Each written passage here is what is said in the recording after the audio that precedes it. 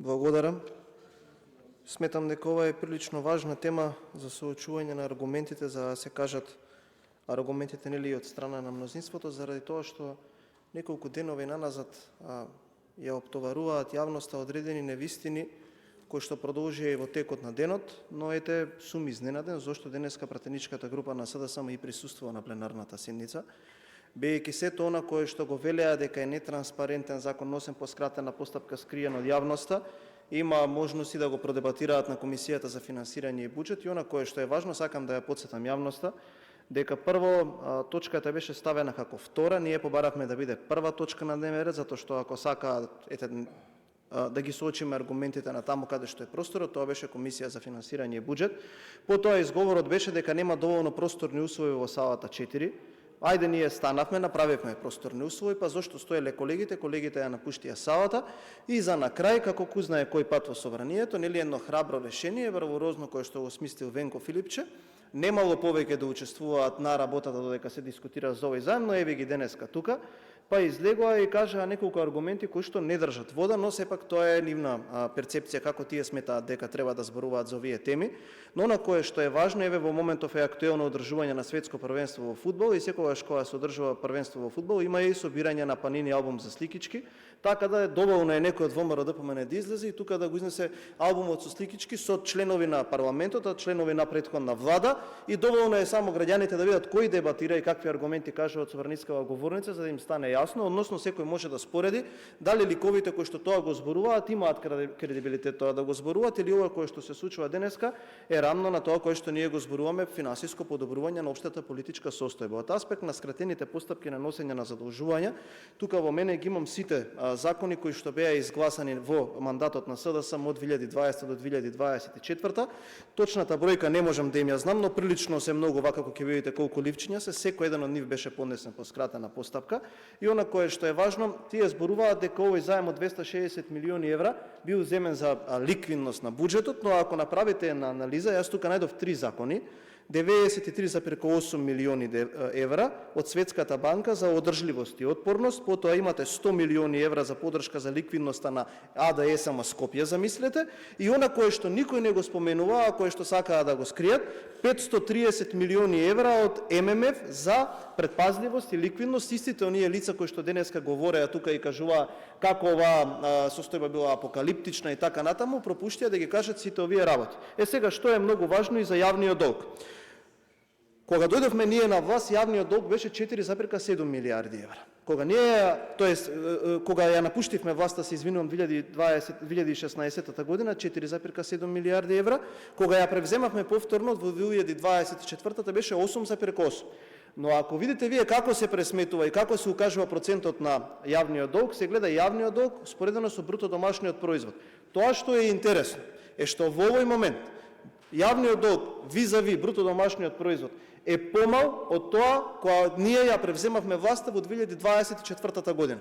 Сега, да ви одговорам и за тие 2,5 милиарди евра. Вие во целиот мандат ја задолживте државата за 100% повеќе од тоа што ви беше оставено. Не се 2,5 милиарди евра, тоа е невистина, но многу е важно ние денеска да видиме зашто оваа држава се задолжува и со овој заем, но и со сите оние заеми од кога ВМРО ДПМН ја превзема власт.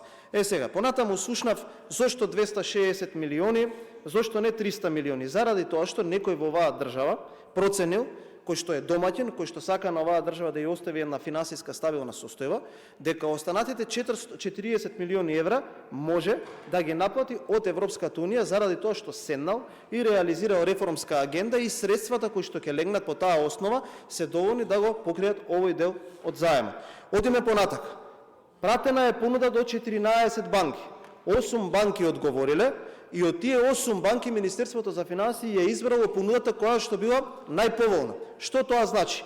Ако цело време ние тука зборуваме за некакви фронтранери, за некој кој што бил пред нас, Црна Гора, па и другите земји во регионот, сите кои што имаат остварено било како финансиски ангажман, имаат поскапи финансиски пакети од тој кој што ги имаме ние во овој момент. Колку е вкупната камата? Денеска ние на работа дојдовме во 10 часот, имавме една презентација од еден наш меѓународен партнер, таму имаше одредени бројки, проценти и рейтинзи на политичката партија. Јас ќе кажам дека Каматата на овој заем, или сликовито да ви објаснам, е помало од вкупниот политички рейтинг на вашата партија, кој што за жал во овој момент е едноцифрен. Таа е каматната стапка. Зошто рейтингот на вашата политичка партија е едноцифрен? Тоа ќе си ги пресушате говорите кои што ги имавте тука, ќе си ги проследите политиките кои што ги имавте за 7-8 години и потоа ќе си одговорите на тоа прашање. Од аспект на тоа, неколку колеги кажаа колку вкупно ќе биде јавниот долг од 2026 до 2031. Јас сакам да ви кажам дека грејс период од 3 години е намерно направен, бидејќи во наредните 3 години има најсилен притисок врз македонските финанси да се вратат стари долгови. Повторувам, ниту еден нов генериран долг на оваа влада не е направен, а да не се санираат стари долгови земени од претходната влада. Тука, почитувана јавност, имам неколку диаграми во кои што вие можете да ги видите и сликовито долговите кои што оваа влада, кои што овој народ треба да ги врати, затоа што некој претходно ги зел. И во вордингот на еден колега, јас свака ќе ви кажам, да, точно е за милиардата од Унгарија, сега ќе ви кажам каде се парите. И можам да ви кажам, и можам да повикам секој еден колега, без разлика од каде доаѓа од кревите на Македонија, лично јас се ставам на располагање да исконтактирам со градоначалникот, да ви организираме една бесплатна тура на проектите во општините, да видите кај се парите. Но она кое што бара мене некој да ми го одговори во вордингот кој што тие го користат. Една шајка што беше закована за тие 4 милиарди евра. Овој народ да се сети на една ново изградена болница, на еден ново изграден автопат, на еден ново изграден пат, на една ново изградена градинка, на едно ново изградено училиште. Такво нешто не постои. За 8 години власт на СДСМ. Не е една, не е две, туку се 8. Сега да зборуваме зошто се задолжуваме. Не можам да се начудам ако нешто вака како феномен ме изненади овие денови, како бескрупулозно се лаже. Искрено не можам да се начудам. Цивилизацијски шок за мене беше тоа. Ајде, велам, креираат дневно политички теми кога сите и новинари, и граѓани, и политички конкуренти ги соочуваат со вистината и им кажуваат дека тоа што го зборуваат не е вистина. Но тоа што мене ме загрежи, го кажав на колегите, дека истиве овие луѓе што вака бескрупулозно лажат кога се опозиција, исто така лаже и кога беа на власт. Дел од овие средства, од овие 260 милиони евра, ќе се искористи за да се исплати стар долг од 350 милиони евра од еврообврзница издадена 2020 година. Ајде, еден нека излезе од владиното мнозинство и нека ми каже кај се тие 700 милиони евра што оваа држава ги зела 2020 година и што може од тоа да произлезе и да каже да, еве ова се направи од вашите пари. Ајде сега да се вратиме кај унгарскиот кредит и што е направено за тие пари. Почитувани колеги, некој во оваа држава прави веб-сајтови, некако вие што ги правевте во градот Скопје, за кој што една поранешна заменик министерка за правда има кривична пријава затоа што ги украла парите. Туку за да можат граѓаните да ги следат до каде се проекти. Проекти.gov.mk. Повторувам, проекти.gov.mk. Имате за секој еден проект во оваа држава што е финансиран од унгарскиот кредит, до каде е, дали е започнат, која е фазата реализација и како се имплементира на терен. Таму идат парите на граѓаните. Таму идат парите на граѓаните. Отворете и ќе видите. Понатаму, што друго ќе се финансира со овие пари? Ќе се финансираат по високи плати.